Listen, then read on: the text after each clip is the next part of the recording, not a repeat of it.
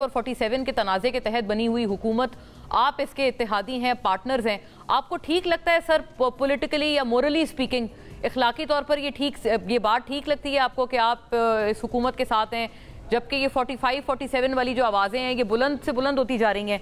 और नैयर बुखारी साहब भी सेक्रेटरी जनरल आपकी जमात के एक दूसरे चैनल से बात करते हुए उन्होंने ये तजवीज़ दी है हुकूमत को कि हमें लगता है कि असेंबलीज डिज़ोल्व कर दें, ये ठीक रहेगा इस वक्त। आप इस तजवीज़ से इत्तेफाक रखते हैं?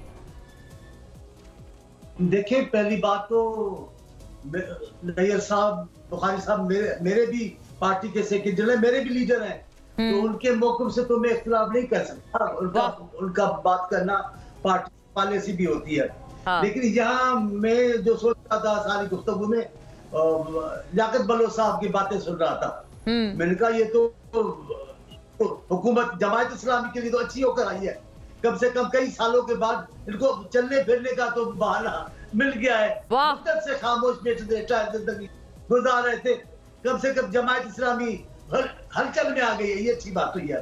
जहां तक हमारा ताल्लुक है, हम कोई गैर आईनी तरीका नहीं चाहते हुकूमत खात्मे का, लेकिन जो बहरान है उसे इनकार नहीं किया जा सकता।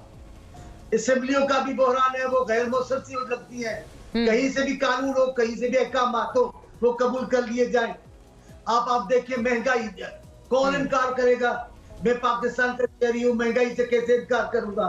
मैं सिंध में बैठा हूँ, जो बिजली का बहरान देखे तो सही आकर, जो पेट्रोल की कीमत है, लोगों का जीना महाल है, मैं इन हकीकतों से कैसे इनकार कर सकता हूँ? लेकिन उसका मतलब ये हरगिज़ नहीं है कि हम गैर कानूनी तरीका अख्तियार करके हुकूमत को खत्म कर दे। ये मुनासिब नहीं होगा।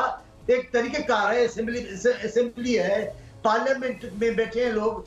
सुप्रीम कोर्ट की बात आई तो मेरे को ज़हन में बात आ रही है। अब कल जो इन्होंने फैसला दिया है 2 दिन पहले, इख्तिलाफी नोट लिखकर, वो कोई मामूली थोड़ी है। उनका एक ही नुक्ता बहुत बड़ा है, और वो भी सुप्रीम कोर्ट के जज साहबान बोल रहे हैं कि जो भी इदारों को कह रहे हैं, जो भी फैसला हुकूमत का आइन के मुतसादिम हो, उसको ना माने। जी बिल्कुल बिल्कुल। हाँ। क्या अभी जस्टिस के कहने का अफरा-तफरी करेंगे ना? लेकिन सर वो तो सिर्फ 2 जजेस हुए ना सेनेटर साहब, वो सिर्फ 2 जजेस कह रहे हैं। इख्तिलाफी नोट सिर्फ 2 जजेस का है। अक्सरियत की भी तो बात सुने, वो कह रहे हैं कि ये बहुत गलत इंटरप्रिटेशन है। जी सर, बीबी बात 2 जजों की नहीं है। एक तो उनकी बात जो है वो अपील करने वाली है। पूरा पाकिस्तान ये समझता है कि ये तो ऐसे आपके दिल को ज्यादा लगी है 2 जजेस वाली बात। हाँ, मैं गुजारिश करूं, ये तो ऐसा जैसे भाई वो बादशाह कौन बनेगा, कल सुबह को जो बैल के आगे गुजरेगा, हाँ, पहले वो हो जाएगा, या जो परिंदा बैठेगा। हाँ, जो केस में शरीक नहीं थे, जिन्होंने वो चीज मांगी नहीं, आपने घर से बुलाकर उनको दे दी है। ये तो उनकी बात ठीक है। पूरा मुल्क कह रहा है कि उनकी ये राय दुरुस्त है। अब आप न कहें कि मैं अक्सरियत की बात नहीं कर रहा हूँ, या अक्सरियत अकलीती की बात नहीं है, या हालात के मुताबिक कौन बात, उसूल की बात है। आप फरमा रहे हैं, ठीक है, उसूल की बात है, आप फरमा रहे हैं, सही है। मैं बल्कि दोबारा आऊंगी ना चांडियो साहब, आपसे ये जरूर रखूंगी आपके आगे कि ये आपने कहा ना गैर आईनी तौर पर हुकूमत को घर भेजना मामले का हल नहीं है। जी जी, बात खत्म कर रहा हूँ। जी जी जी, बात खत्म कर, 2 जुमले सुन ले।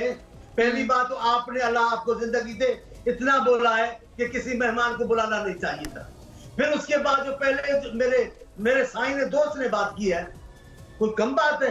अब आप क्या मुझे दोबारा टाइम देंगी? टाइम कब होगा? ये तो मुनासिब नहीं है। मेहमानों को बुलाकर उनको मौका तो नहीं, बिल्कुल आपके पास टाइम है, आपका मौका है चांडियो साहब, बिल्कुल मैं आपसे ही अर्ज कर रही हूँ।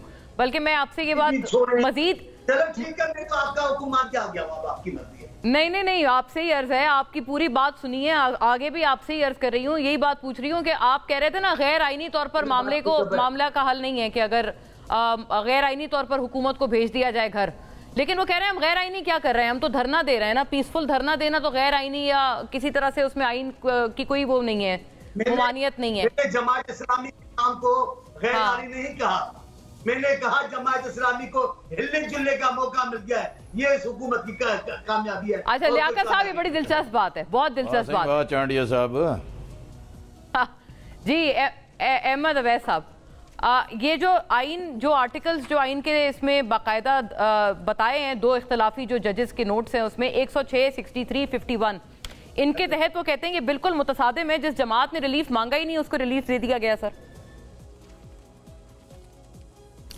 बिस्मिल्लाहिर्रहमानिर्रहीम, नहीं, ये बिल्कुल ये उनकी एक माइनॉरिटी व्यू है सिर्फ दो जज साहबान का, क्योंकि उन्होंने इसके साथ अगर वो काश इंटरप्रेट करते आर्टिकल 187 को जो आइन के अंदर है कि जब सुप्रीम कोर्ट को फैसला कर रहे होते हैं, क्योंकि सुप्रीम कोर्ट एक आखिरी अदालत है और सबसे बड़ी अदालत है, इसलिए उनको आर्टिकल 187 के तहत ये इख्तियारात दे दिए गए हैं कि सुप्रीम कोर्ट जो है वो अगर महसूस करे तो वो कंप्लीट जस्टिस के लिए जा सकती है, सारे मामलात को खुद ही हल करके उसका फैसला दे के और उस लिटिगेशन को बंद कर सकती है हमेशा के लिए। और यही उन्होंने किया है और ये इख्तियार उनको आइन देता है।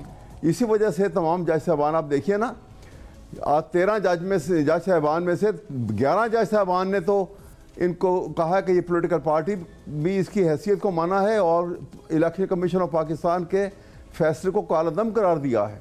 That's correct. सिर्फ 2 जज साहबान हैं। तो मैं इसलिए ये व्यू जो है इसको आप ये सुनिए कि मेजॉरिटी पे प्रवेल करेंगे। मैं आपको एक मिसाल देता हूँ। भुट्टो साहब का फैसला हुआ था, 5-3 की रेशो थी उसके अंदर। जी 3 जजेस ने उनको एक्विट किया था, 5 जजेस ने सजा दे दी थी। तो 5 जजेस का फैसला तो मेजॉरिटी का ही प्रवेल होता है ना।